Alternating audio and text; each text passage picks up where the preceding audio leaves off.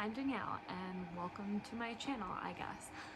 I was originally going to do something a little more whatever, not that I'm not that talented at all, but I figure, it's the end of the world, let's just throw up a story time because, best way to get to know me is how I had my, well, we'll just stop right there and we'll set the tone. I work in fast food.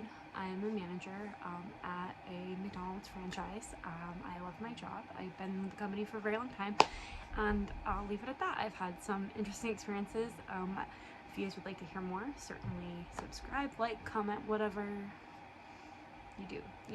But anyway, so we'll start this off, and this was back in 2015 in April. I had just been transferred to a brand new store where I knew a few of the employees. However, most of them were brand new, not really relevant to the story, but regardless.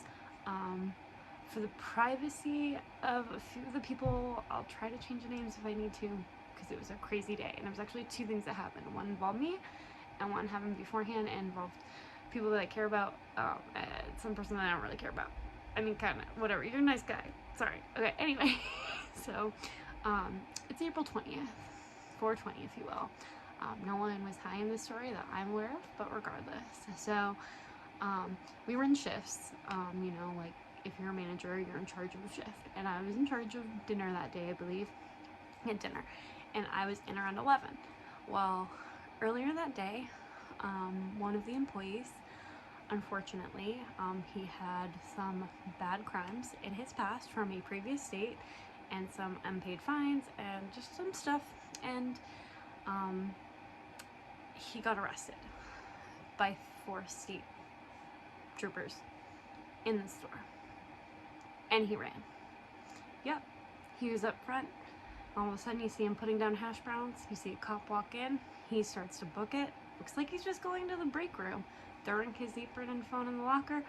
No, he's trying to take his shit and leave. He starts to go by the back door because there was a delivery that day and the door was still unlocked, opened it up. If you switch to the other camera, you can see there was a cop waiting on the outside, or state police, whatever. And then I ended up running back to the stock room. The lady who's working back there washing dishes, didn't know what was going on at the moment, and he hid behind the shelves, and then they took him and they cuffed him away, and it was crazy, and there's a lot more to it.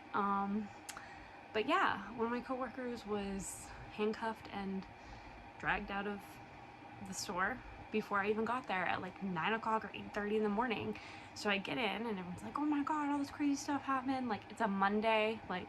Anyone who works anywhere, I mean, it's food. There's reports done on Monday, more than just burgers and fries, So my store manager, who I am going to use his real name just because, Michael. So Michael's my store manager, best friend, family friend. I've known this guy for a really long time. Older than me a few years, but we always took care of each other. I was really glad to work with him. But anyway, so he's already having a rough day, and one of the other girls, who was a friend of mine at the time, was working, and she was just kind of whatever. She was not in a good mood. She wanted to go on break, but they sent me first, even though she had been there earlier, something like that. Something about me having to run shift for dinner.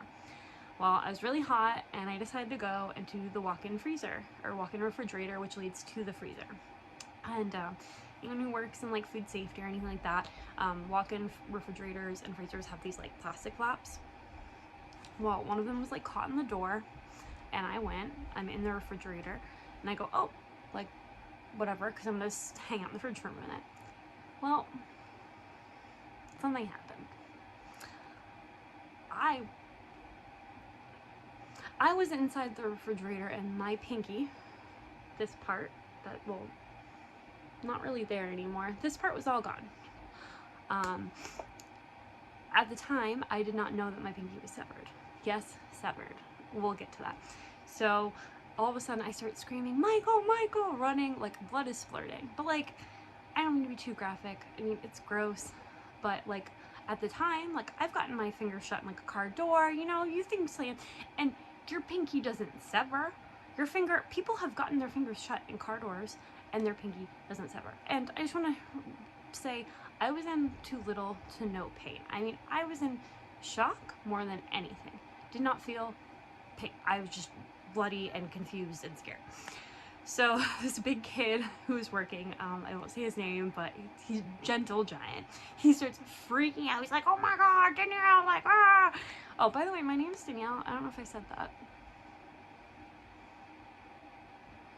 Anyway, so Tiffany, the girl who was my friend, who I just gave out her name, regardless, was up front. And I go, well, I guess you're gonna have to run shift a little bit longer. And she's like, why? And I was like, my pinky just got whatever, I don't know. I didn't know what happened. It was a woman's first day. She was really nice. She used to be a CNA, thank God. She went back there and she literally found my fingertip and put it in a bag of ice. Michael, the entire time, getting ice, washing me up, just telling me they're figuring out, like, again, this is a new store. Me and him are not from there, by the way, completely in the middle of nowhere. Like, from where we're from, we're like, I don't know, drive 45 minutes to work to get to this place. That's how much I love my job. Still love my job. Not in that store anymore though. And so I'm like, I can't afford an ambulance. And Michael's like, no, I'm trying to find out where the hospital is and whatever. And so, you know, whatever, we're trying to get that figured out. Meanwhile, my pinky's chopped off, and I don't know this. I thought I just hurt my finger real bad. I think I'm gonna be fine, like hysterical because I'm stressed, but I'm not in any pain, and I just have a lot of blood. So I'm like, it's fine. We'll be fine. We're Gucci. I'd never broken a bone or anything prior to this, by the way. I'd sprained the top of my foot and the ankle. Another fun kind of story that paints me as an idiot, but regardless, I can tell at a later time. But anyway, so, you know, whatever. So we get in his car, go, whatever, and we drive to this little hospital. He tries to get me to go out. He's like, okay, I'm gonna pull in and you whatever. And I'm like, I'm not getting out of this car without you. I've never been to an emergency room before.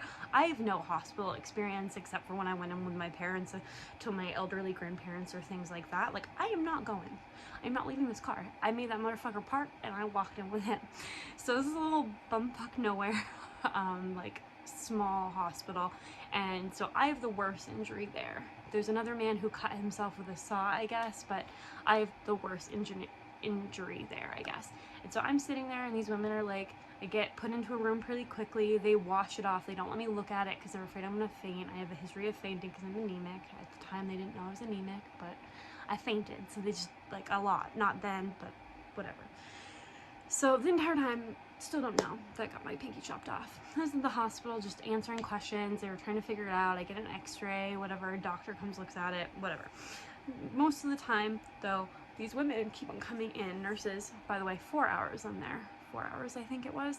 It felt like 4 hours. I don't know if it was 4 hours. I'm probably wrong now, but it was at least a few hours. But I just felt being there for a really long time, and people were coming in the room, and they were like, did you really get your pinky chopped off? And it was like, or this is the girl that got her pinky chopped or whatever. And like, they were saying stuff like that, but like in my head, it did not comprehend, like, whatever. So at the end of the visit, like, I still don't know what's going on. They've bandaged me up. Like, they had me bandaged up. I have me clean. I still haven't seen my finger. I didn't know I had a fingertip. I didn't know Michael put it in a bag and brought it to the fucking hospital. No idea. I wonder if this story is even cohesive. Like, I hope anyone who wants to watch this is listening and understands any of this. But anyway, so I'm sitting in like a hospital bed, and they have like the little table thing here, like in dentist's office. And so the male nurse and like the doctor come in, and Michael's standing next to me. Again, he didn't need to do this as my boss. As my boss and my friend, he took me to the hospital and stayed with me and then drove me back. Anyway, just thank you to him for so many things. But anyway, so they're like, well, we couldn't save it. We couldn't put it back on. And at this point, I am now saying, what? What are you talking about? And then the doctor's like, oh. Michael's like, oh, I didn't tell her, or so, it was something like that. And so they're like, okay, well, your pinky got chopped off. Where it was a diagonal cut. I lost the undernail part, so they did not think I was going to get a fingernail back. Now, you don't have to believe me because you're just a random person on the internet, and that's fine. But regardless, it chopped the bone. The bone was severed. They said it was a pretty straight cut diagonal like that. So I lost the under part of the nail, and it was like almost the first like knuckle part. This part. Anyway, so they said it wouldn't have been worth sewing back on. But what they were going to try to do is hope that the skin would grow over the bone, because it was like right here was like a bone that we were afraid the skin wouldn't heal over, and that I have to go keep on going to the doctors, and eventually like I might have to have surgery to have skin, whatever.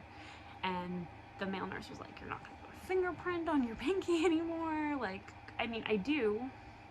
And like, you're not gonna have a nail anymore, because the undernail, like the part you don't see that's like under every nail, that was gone. Like, I'm not a medical professional, I'm just telling you what was told to me.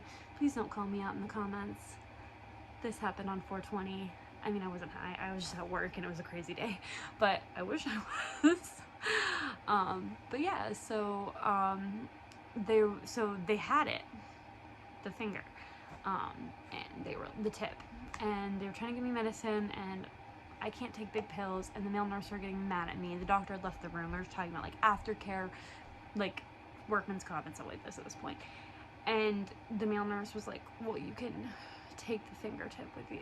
And Michael was like, and the male nurse was just mad about this whole pill thing, where I couldn't take this large horse pill, and he had to call the pharmacy for me. So he kept on being like saying something about it. And so I was like, okay, that's fine. Put it in your little medical container and we'll take it home. So it's 2020, 5 years later, almost, and I have my fingertip. It's on that shelf up there in the coffee cup, because most people don't want to see it because it's decomposed. And by the way, your fingernails do grow after you die. Like, you know how they say that it happens? Well, when you get your finger chopped off and you have it in a jar, the fingernail keeps on growing. Yeah, but anyway, so long story short, I took the fingernail home, pinky, skin, all that. Started decomposing. It's black now. There was skin on it. There's still kind of skin on it. Anyway, you probably don't want to know that, but regardless, I have it. Just because I felt like that was necessary. But yeah, so I went back to work. Like, he drove me back to the store after all of that, and me being pissed off. He didn't tell me my pinky was chopped off. He thought I was gonna freak out and faint. And I mean, they think that all the endorphins, they still can't believe. They were like, you're really no pain, because I kept on pointing to like 0 on that little happy scale or whatever. I was like, I'm fine. Like, I don't understand why I'm here. Like, why are you guys making such a big deal about this? Like, that was the big deal about most of the visit.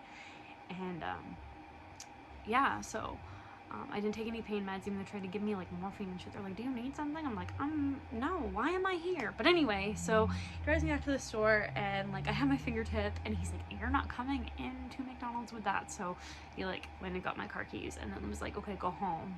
Like, go home. I was like, and I had this cast they put on this whole cast. I'll try to find a picture or whatever if I can, but basically there was a cast where it was all over this pinky, and then it connected and went down around like this, but not on my whole hand, but just like kind of a line. And I was like, what the fuck? I was like, I'm still gonna do front counter, like I can work.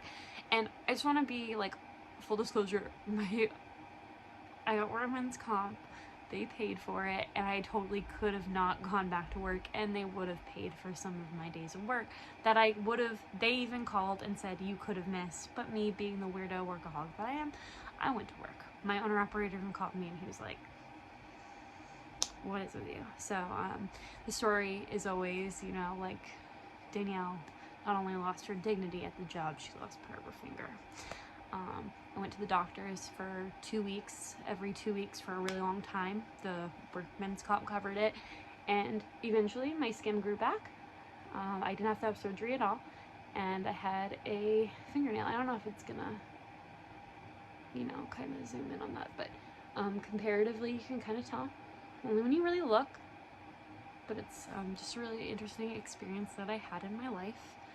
And if anybody actually wants to see what the pinky looks like, I can give that out, but I'm not going to do that in this video, because this is the first video I'm ever putting on my channel that I'm basically just going to post. Like, I'm not even editing this. I mean, maybe I'll try to edit it. I'm not that, I haven't edited a video since like 9th grade.